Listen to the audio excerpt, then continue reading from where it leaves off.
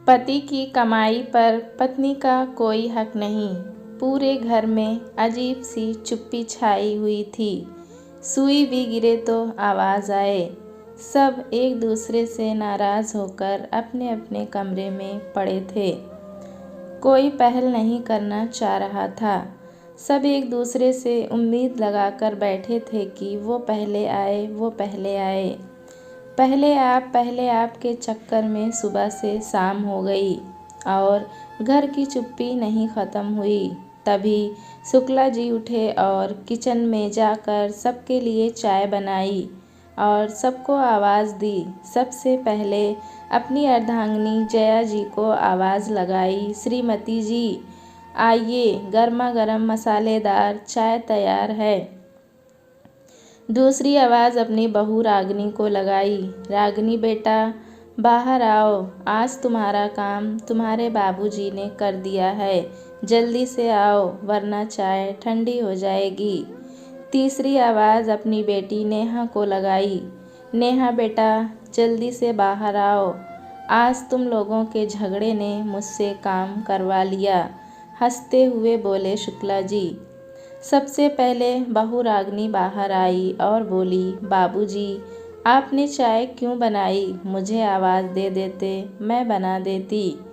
तभी देखा उनकी अर्धांगिनी जया जी और बेटी नेहा भी बाहर आ गई। शुक्ला जी ने अपनी बहू रागिनी का जवाब देते हुए बोले, तुम तो हमेशा ही बनाती हो, कभी कभी तो घर की बहू का भी हक बनता है कि कोई और उसे चाय बनाकर पिलाए। लोग बहू को सिर्फ काम करने वाली मशीन या नौकरानी समझते हैं। बेटी को राजरानी बनाकर रखते हैं और ये भूल जाते हैं कि बहू भी किसी की बेटी है और एक दिन बेटी को भी ब्याह कर ससुराल जाना है। हाँ, आपको तो हमेशा अपनी पत्नी और बेटी में ही खोट नज़र आता है।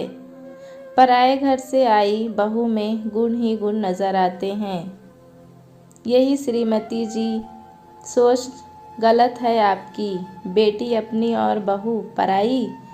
बहू को भी अपना मानिए। आप भूल गईं कि एक दिन आप भी पराए घर से आई थीं और एक दिन आपकी बेटी को भी पराए घर जाना है। उसके बावजूद बहू के साथ गलत व्यवहार करती हैं आप। किसने कहा आपसे बहू के साथ गलत व्यवहार होता है? कहेगा कौन? खुद अपनी आँखों से देखा और महसूस किया है कि आप दोनों माँ बेटी मिलकर किस तरह बहू का जीना हराम किए रहती हैं। वो तो शुक्र मनाइए, बहू कभी पलटकर जवाब नहीं देती और बेटे से चुगली नहीं करती, वरना वो कब का अलग रहने चला गया होता।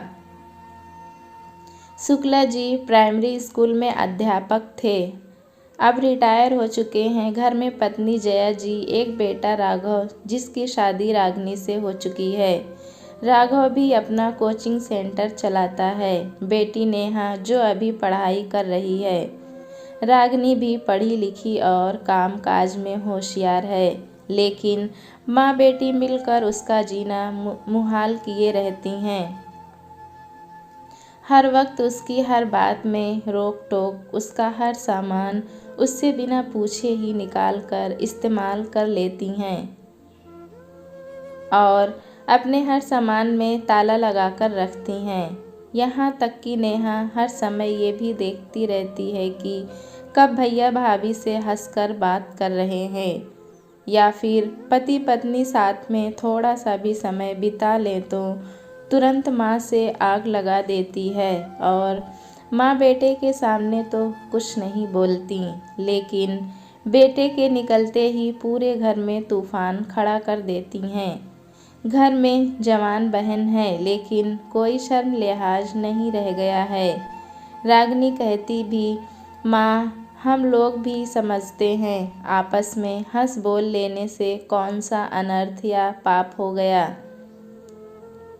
आपको नेहा को समझाना चाहिए कि हर समय भाई भाभी की नज़रबंदी करना और चुगली करना ख़राब आदत है। कल को जहाँ जाएगी उसकी यही आदत 2 चूल्हे करवा देगी।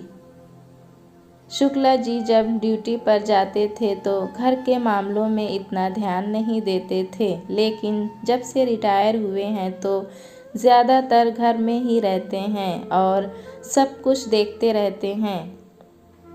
उन्हें ये बहुत अच्छी तरह समझ में आ रहा है कि उनकी पत्नी और बेटी बहू के साथ गलत कर रही हैं। वो बस मौके की तलाश में हैं कि उन दोनों को सबक सिखाएं। राघव को रागिनी ही घर के मामलों में नहीं पड़ने देती, तो जितना हो सकता दोनों की बातें नज़रअंदाज कर देती, लेकिन जब बर्दाश्त से बाहर हो जाता तो सासू माँ को तो नहीं लेकिन नेहा को जवाब दे देती, जिससे सासू माँ भड़क कर बहू पर ही आरोप लगाने लगती। आज भी यही हुआ। रागिनी ने अपने पति राघव से किसी काम के लिए पैसे मांगे और नेहा ने राघव को पैसे देते हुए देख लिया। तुरंत जाकर अपनी माँ से लगा दिया। माँ भाभी भैया से पैसे मांग रही थी और भैया ने भी दे दिए। मुझे तो कभी नहीं देते। और माँ ने भी बेटी की बातें सुनकर बात का बतंगड़ बना दिया। तुम्हें घर में रहकर पैसे की क्या ज़रूरत है जो मेरे बेटे से अकेले में मांग रही थी? मायके वालों को भेजने होंगे। माँ जी, वो आपके बेटे और नेहा के भाई हैं तो मेरे भी पति हैं। अगर मैंने उनसे अपनी ज़रूरत के लिए पैसे मांगे तो क्या गलत किया? ये तो मेरा हक है। आपको और नेहा को ज़रूरत होती है तो आप लोग भी लेती हैं, तो मैं भी कुछ नहीं कहती।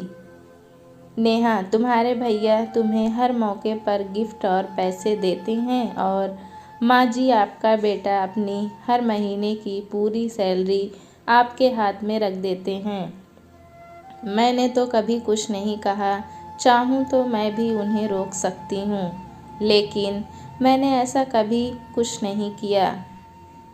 लेकिन अगर आप लोग इसी तरह से मेरी हर बात में टोकती रहीं तो मजबूरन मुझे ऐसा करना पड़ेगा। तुम्हारी इतनी हिम्मत कि तुम हम माँ बेटी को इस तरह सुनाओगी? मेरा बेटा है इसलिए हमारा तो पूरा हक है, लेकिन तुम्हारा कोई हक नहीं है। आपके कहने से कोई हक नहीं है मेरा। शादी करके आई हूँ इस घर में। इसी तरह से बहसबाजी से बात बढ़ती चली गई और जया जी और नेहा दोनों ने गलती रागिनी को ही दी। जया जी गलत होते हुए भी रागिनी से उम्मीद कर रही थी कि वो आकर दोनों माँ बेटी से माफ़ी मांगे, लेकिन आज रागिनी भी अड़ गई थी कि जब गलती उसकी नहीं है तो माफ़ी नहीं मांगेगी। रागिनी अपने कमरे में चली गई और जया जी नेहा अपने कमरे में चली गईं। पूरे घर में बिल्कुल सन्नाटा फैल गया। शुक्ला जी उस समय बाजार गए हुए थे और घर में घुसते ही समझ गए कि आज घर में ज़रूर कुछ हुआ है, तभी इतनी ज़्यादा चुप्पी है और कोई दिखाई भी नहीं पड़ रहा है। उन्होंने सबसे पहले चाय बनाई और सबको आवाज़ लगाई। उन्हें अच्छे से पता था क्या हुआ होगा, लेकिन फिर भी उन्होंने पूछना ज़रूरी समझा। जया और नेहा ने पूरी गलती रागिनी को ही दी, लेकिन वो जानते थे क्या हुआ होगा, इसीलिए उन्होंने सबसे पहले अपनी पत्नी और बेटी को ही समझाया। श्रीमती जी, कैसी अनपढ़ों वाली बातें करती हैं आप? पति की कमाई पर पत्नी का कोई हक नहीं। अगर आपका मेरी कमाई पर हक है तो फिर बहू का क्यों नहीं है? उसने अगर अपनी ज़रूरत के लिए कुछ पैसे मांग लिए तो कौन सी आफत टूट पड़ी? बेटा हर महीने पूरी तनख्वाह लाकर आपके हाथ पर रखता है। बहू चाहे तो वो अपने हाथ में रखे, लेकिन उसने ऐसा कभी नहीं किया। आपको याद नहीं होगा, लेकिन मैं याद दिला देता हूँ। मैं अपनी तनख्वाह में से हर महीने अपनी माँ बाबूजी को 1000 रुपये भेजता था, लेकिन आपको वो भी पसंद नहीं आता था। एक गलती उस समय की थी, एक बेटे को अपने माता पिता की जिम्मेदारी नहीं निभाने देने की, और दूसरी गलती आज कर रही हैं, बहू से ये कहकर कि उसका अपने पति की कमाई पर कोई हक नहीं। कहीं ऐसा ना हो कल जो आपने किया वही आपके साथ हो। उस समय आपने अपने स्वार्थ के लिए मुझे अपने माता पिता से दूर कर दिया था। आज बहू आपको अपने बेटे से दूर ना कर दे, क्योंकि जो आप दोनों उसके साथ कर रही हैं वो सरासर गलत है।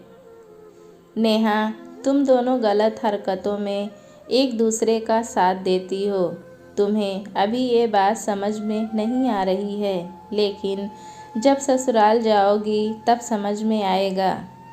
कल को जब माता पिता नहीं रहेंगे तो मायके आने को तरस जाओगी, क्योंकि अपनी हरकतों से भाई भाभी के दिलों में तो जगह बना नहीं पाओगी। गलती तुम दोनों की ही है, रागिनी की नहीं, इसीलिए समय रहते सुधर जाओ। शुक्ला जी की बातें सुनकर जया जी और नेहा को अपनी गलती का एहसास हुआ। आगे से कभी इस तरह की हरकत न करने का वादा किया। नेहा ने अपनी भाभी रागिनी से माफ़ी मांगी। रागिनी ने भी बिना किसी गिले शिकवे के अपनी सासू माँ और ननद को दिल से माफ़ कर दिया, क्योंकि वो अपने घर को जोड़कर रखना जानती है। वो तो बात अपने अधिकारों की थी, तो बोलना बहुत ज़रूरी था, वरना कोई कभी समझता ही नहीं। दोस्तों, कहानी कैसी लगी हमें कमेंट में ज़रूर बताएं। चैनल पे नए हैं तो एक लाइक और सब्सक्राइब करना ना भूलें।